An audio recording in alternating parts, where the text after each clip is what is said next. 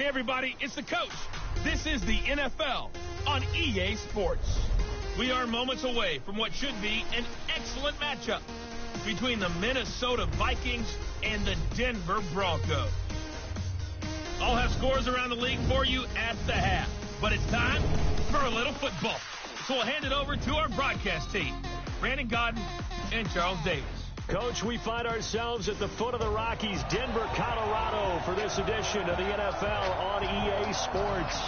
The scene a few moments ago, here it is. It's unlike any other in sport as both teams made their way out of the tunnel. These folks are fired up as their guys are ready to do battle between the Minnesota Vikings and the Denver Broncos. And hello again, everyone. Brandon Godden alongside Charles Davis. And, Charles, we look at this Bronco team. They were winners last time out, so they'll be looking, Charles, to make it 2 in a row. And what I enjoyed when I watched their game tape and their victory last week is they put it together in every phase. Good offense, good defense, and some key plays on special teams. Let's see if they can get that second win in a row. Meanwhile, for our visitors, the Vikings, the streak continues, doesn't it? They come in a perfect 10-0. And it's not just that they're winning, it's how they're winning. All phases of the game coming together for this team.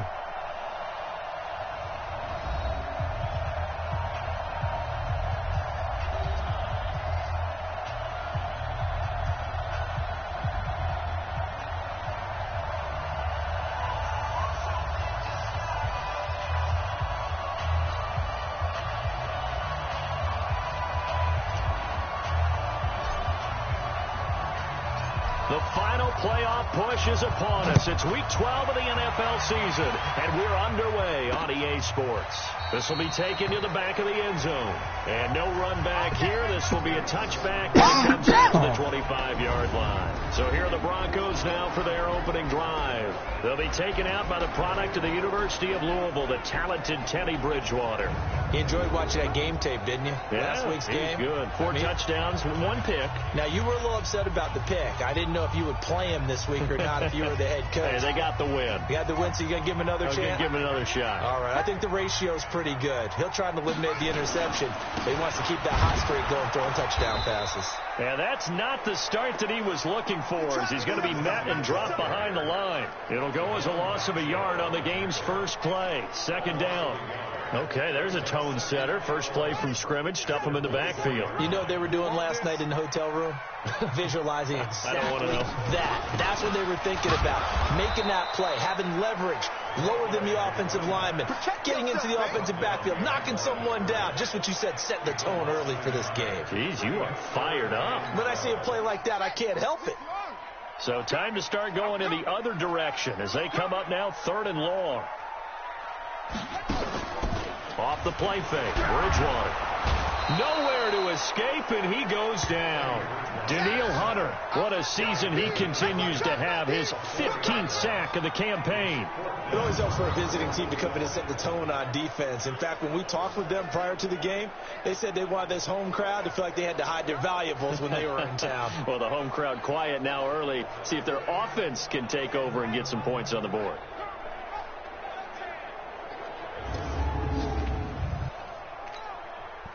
The Broncos send out their punter now. He'll kick it away after a 3-and-out on the opening drive of the game.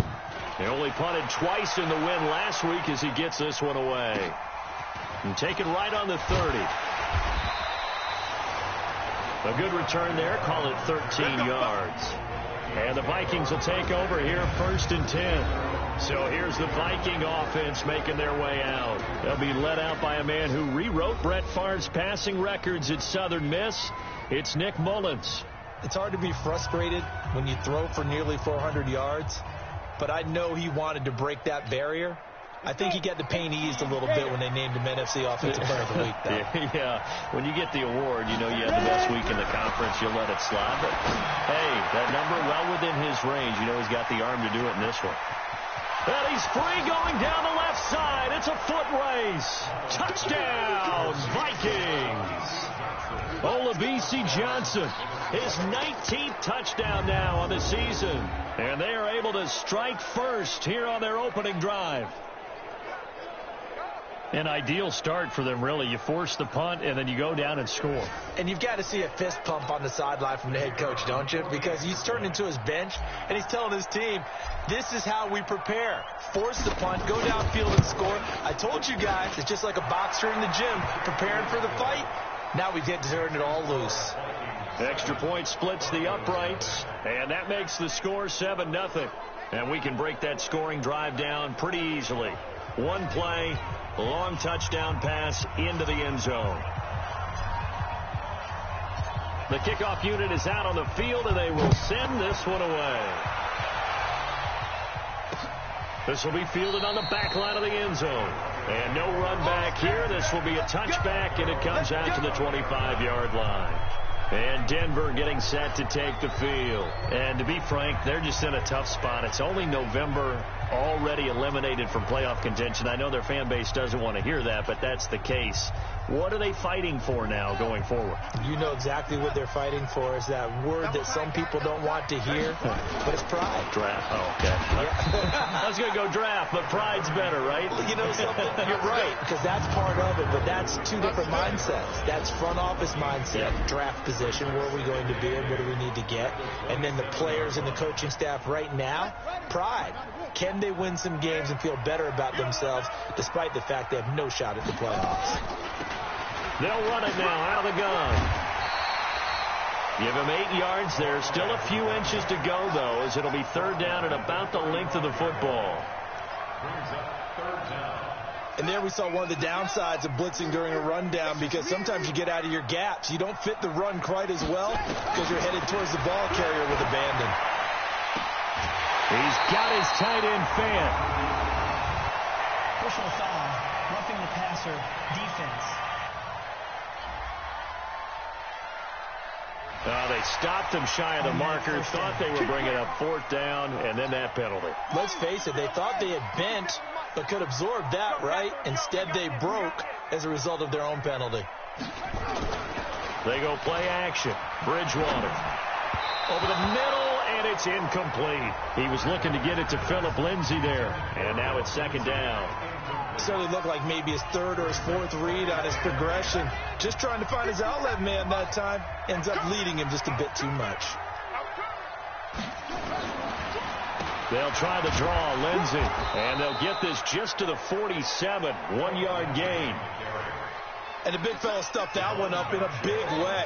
I think doubling him has to be a priority, because you can't move up to the next level if you don't take care of him first. On third down, Bridgewater.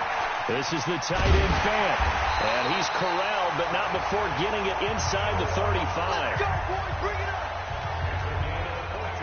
I got a kick out of that one, partner. You and I talk often about trying to hide receivers in certain situations, but a guy of his size can't really hide him. But the tight end drag route, definitely an effective way to sneak him across the formation for an easy completion and a first down.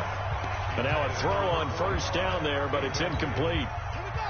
2nd and 10 from the 33-yard line. Here's Bridgewater. He's going to hit his man out of the backfield, complete. And he will lose yardage back to the 34-yard line. He'll wind up losing a yard on the play, and that's going to lead to a 3rd and 11. 7th play of this drive coming up, but a long way to go on third down. To the air again with Bridgewater. And that is incomplete. Not only was the call spot on, how about the execution of that defense right there? The zone was absolutely locked up tight.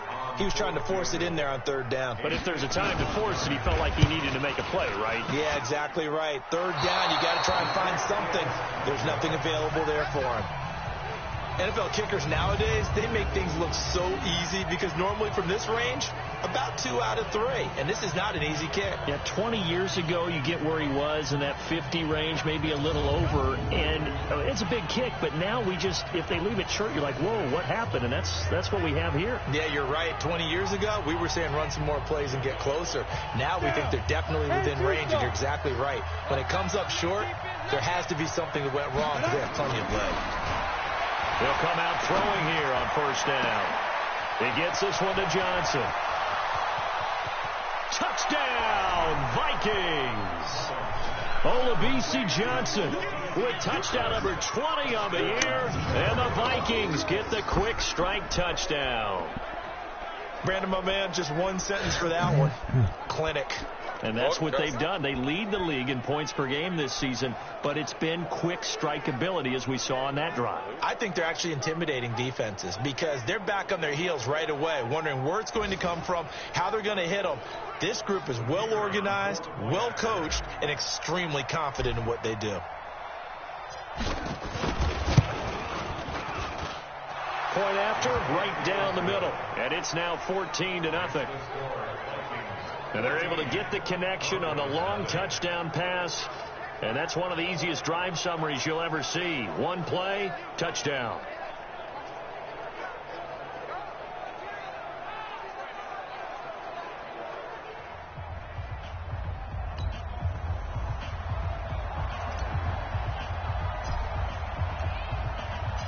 Out is the kickoff unit as they run up and send this one away.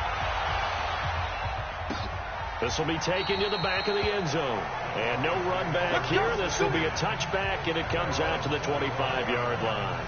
Now the Broncos offense, they get set to head back onto the field. Already down 2 touchdowns here in the first half. This becomes a pretty important drive, doesn't it? It certainly does, and a lot of the teams script plays. We know that, right? They have a script to start the ball game, and typically those...